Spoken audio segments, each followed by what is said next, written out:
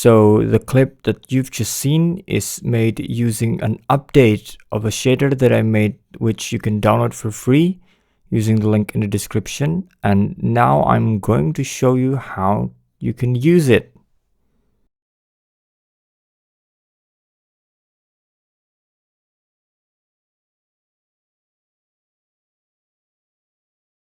So now really quickly to set it up, after you downloaded the file, you can just go to File, Append, double click on the blend file, go to Node Tree and just select everything and click Append.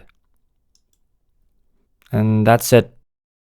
So I'm going to start with a simple setup. First of all, I'm going to delete the principal BSDF and I'm going to add a pseudo painter. And then I'm also going to add a pseudo shader EV. And then I'm going to connect the P color to the P color and P data to the P data. And I'm going to add a texture coordinate for the mapping. And I'm going to use UV because the shader is actually made only to work with two-dimensional coordinates, meaning only the X and Y coordinate. And as you can see, we already have something going on. All right, now I'm going to set this up so it's easier to see. Paint color, obviously, to change the color of the shader of the material.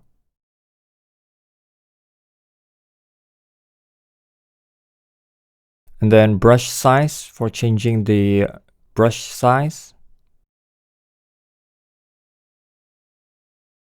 The brush shape to blend between a square brush and a round brush, 0 for round, 1 for square. The hair size determines the thickness of the brush hair.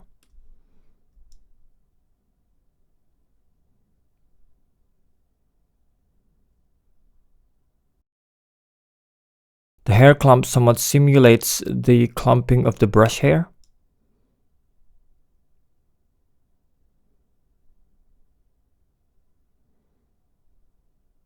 The stroke direction to change the direction of the stroke. Stroke length to change the length of the stroke. The stroke roughness to change the roughness at the tip of the stroke.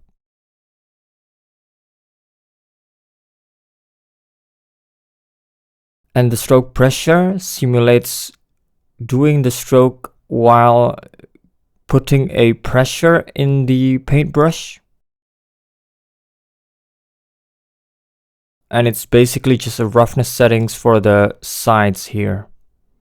The stroke speed will make the tip of the stroke sharper, more pointier.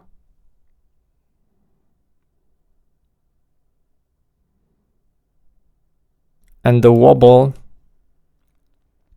will make the line less straight and add wobbleness into the stroke. I can also change the size or the frequency of the wobble.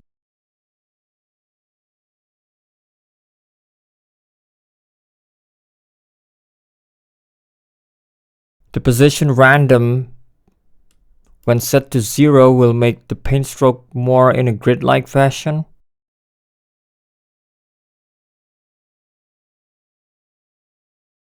It is basically to randomize the position of the strokes.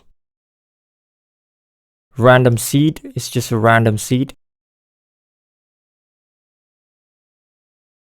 The pigment intensity brings variation in the values of each of the stroke.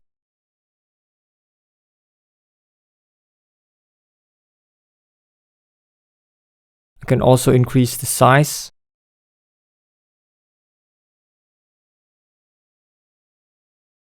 and the paint wetness simulates a wet paint.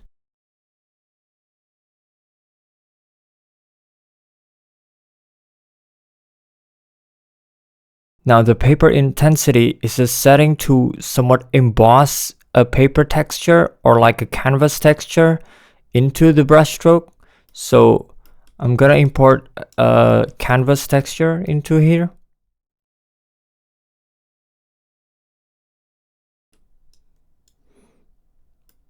And I'm also gonna add a mapping because from testing I know this canvas will be too big, so I'm gonna set it to, I'm gonna set it to 777,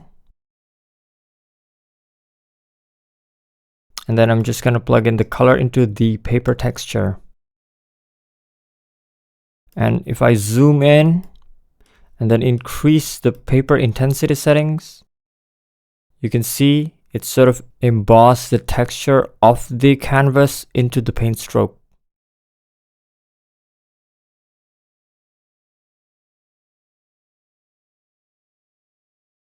Next, we have the shader settings. The transition roughness determines the roughness of the transition between the highlights and the shadow.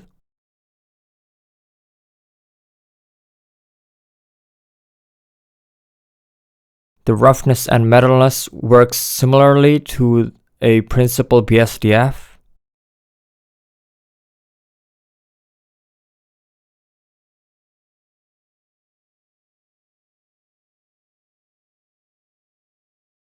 The highlight balance control the balance between the highlight and the midtone. So if I increase the intensity a little bit here, and then I try to play around with the balance, as you can see, as I increase the value, the highlight dominates more, and as I decrease it,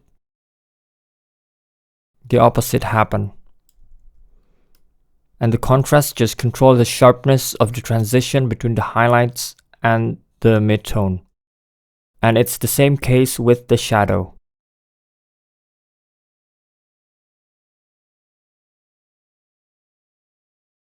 There's also a color variation setting for each of the highlight, midtone, and shadow, which is basically just a hue shift in both directions, randomly put on the strokes. But of course, you can also use the highlight and shadow tint to colorize the highlight and shadow.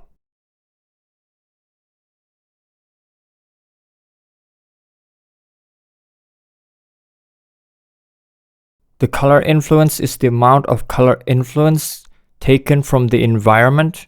So in order to show that, I'm gonna turn on another light, and I'm gonna change the first light into a red light and the second light into the green light. And as you can see, you can't really see a red or green in the sphere.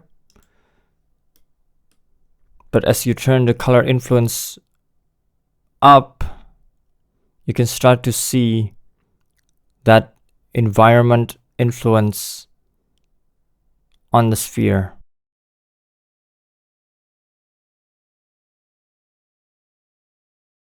And this will also work with HDRIs and also baked in direct lighting.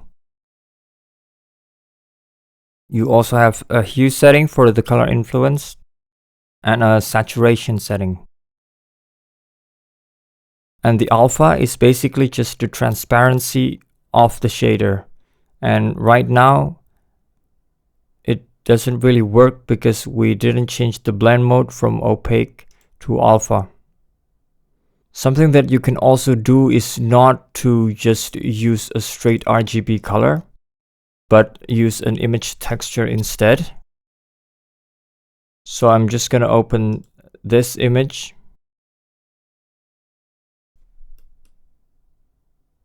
And I'm going to connect the P displacement to the vector input and the color to the P color. And as you can see, the image is instantly get converted into a paint-like shader. I'm just going to change this to closest. And then if I change the brush size to be really small, you can actually start to see the image.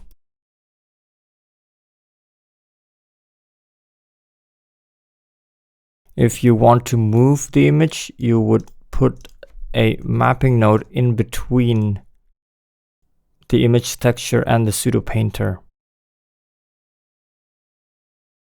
That way, as you move the image, the brush stroke won't actually move with the image. Now we're going to add a new node called PseudoLayer. This node is basically used to layer two different pseudo painters. So if I just duplicate this and maybe change some of its settings, and then I'm going to connect the first pseudo painter into the A layer. Notice that there's no PMap input for the A layer, but there is one for B.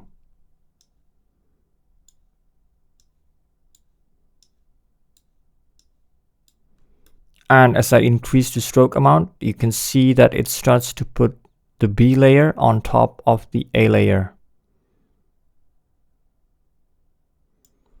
You also have settings like contrast, so you would have something that's not fully 100% opacity, and some that does. You also have a stroke fade settings for a fading effect.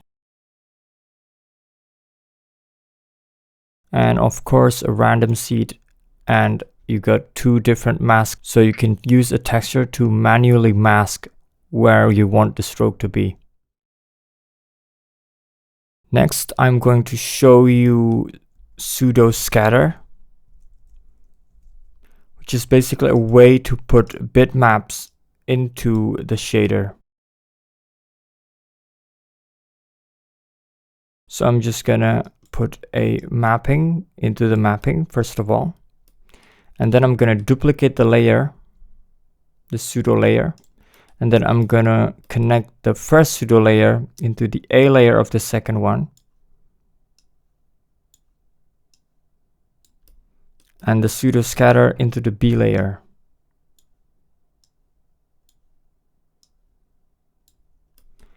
Notice that it doesn't have a P color because the color will be sourced from the bitmap or the image texture. So all you need to do is import an image texture, something black and white with a black background like this one. And then I'm just gonna connect the vector to vector and the color to P color and one of the mask. And then I'm just gonna connect the pseudo layer into the shader.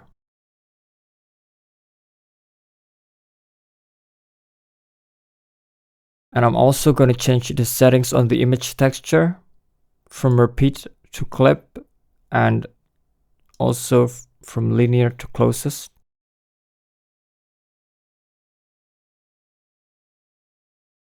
And now as I increase the stroke amount, we should see that the image texture starts to show up. We can also go to the pseudo scatter and increase the scatter amount to see more of it show up.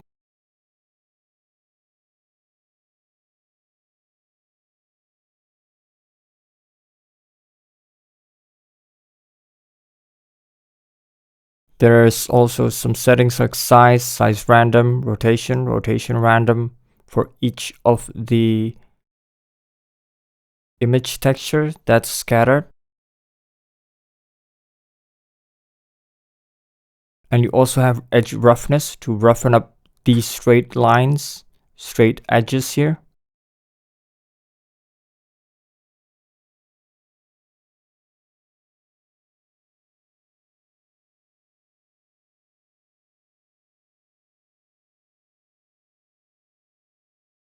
And then if you want to colorize it, you can put in a color ramp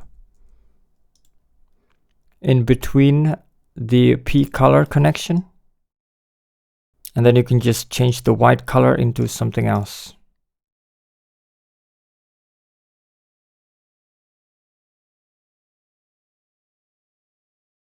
Next, I'm going to show you the PseudoSSR node,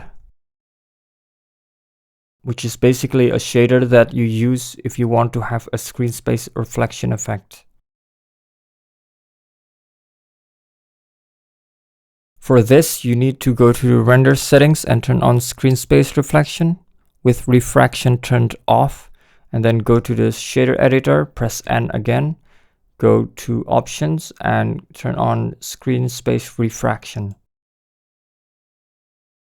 And I'm just going to connect the surface to the surface. And now if I introduce a sphere that has an emission, it should now reflect the sphere.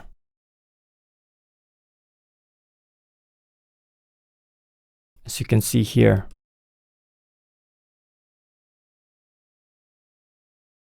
The settings are similar. You have transition roughness, metalness, and a color variation. So for this new update, there's also a cycles version of the shader.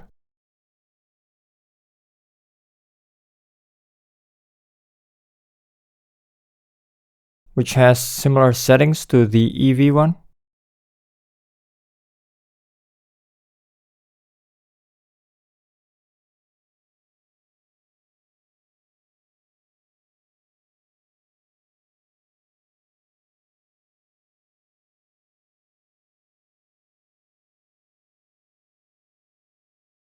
And next, I'm going to show you the more specialized use case kind of nodes. First of all, there's a pseudo bump. Now, if I increase the paint wetness a little bit, and then connect the P data to P data and displacement to displacement. Actually, I'm going to increase the intensity to 0.1 first. And you can see it sort of make this look of a dried thick paint.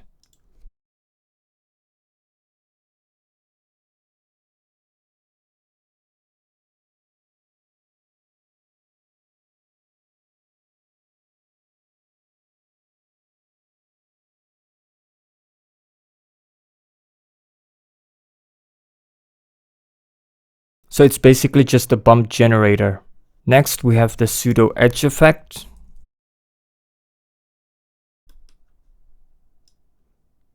And it has an alpha output. So you would need to turn on alpha. I'm just gonna use clip for now. And it's basically make this kind of edge effect. It's based on a Fresnel, so it works really well on a sphere, but it might not work as well for some other objects that has more like a flat surface.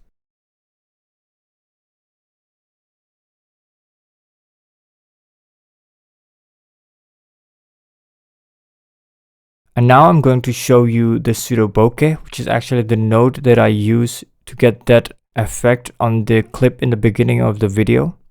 It's really meant to be put on a plane. So I've created a new material for this plane here. So I'm just gonna add a Pseudo Boke. And for this to work, you would need to turn on screen space reflections on the render settings and turn on refraction. And two things to make sure is, one, on the shader settings of the plane, the object that you want to have the Pseudo Boke, you have to turn on screen space refraction on the options here. And the one that does not have Pseudo Boke should have the screen space refraction turned off.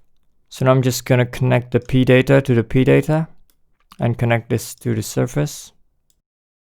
And nothing seemed to happen, but you can sort of see a little bit happening. But as I increase the roughness, you would see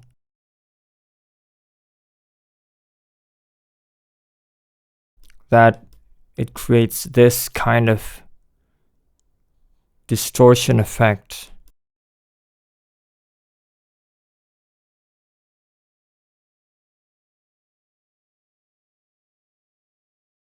You can also increase or decrease the blur here. So this is the effect that I use for the clip in the beginning of the video. And something even weirder is the pseudo focus. And for this, you would need to have a camera. I have a camera set up right here.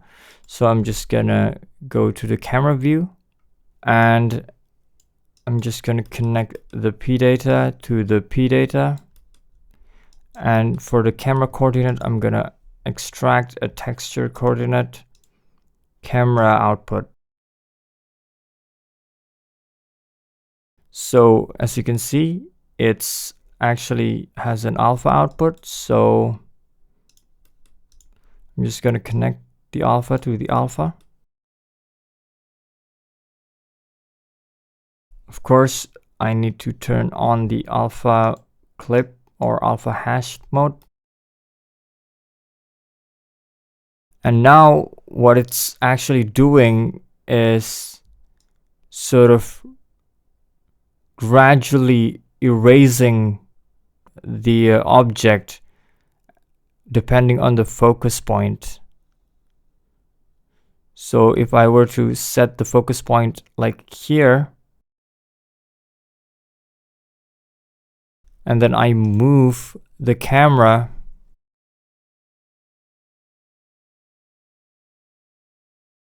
you can see it starts to erase itself as I get closer or as I get further.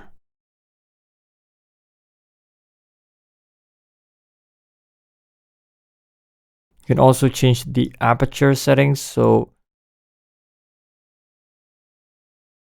the effect is more drastic.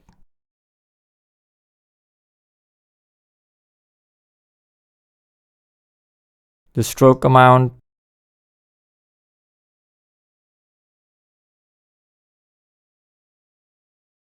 and of course there's also a contrast and random seed.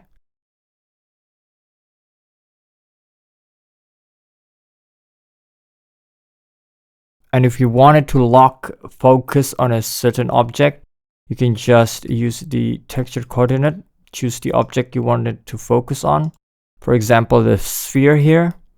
And then you would want to have a vector math set to distance and just connect the camera and the object into the vector math and then just connect the value to the focus point. And now the focus point will always be wherever the sphere is. That's why the effect is invisible now. There's also a simple geometry node that you can use in combination with the focus node. That's called a pseudo camera. So you can just select the sphere, go to the modifiers, add the geometry node, and add a pseudo camera, not the pseudo camera settings. And then if we go to the geometry editor, we can set the camera to camera. And what this basically would do is it will set the size of the sphere based on the distance from the camera. So as the camera goes closer, the sphere grows bigger, and as it goes further, the sphere would also go bigger.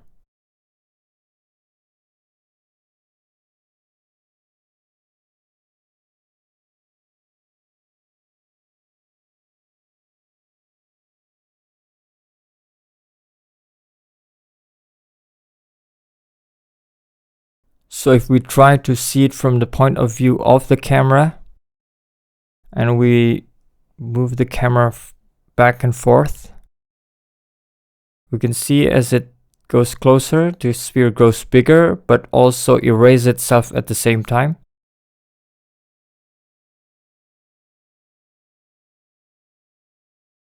And that's about it for this video. Check the link in the description to download this shader for free. Bye.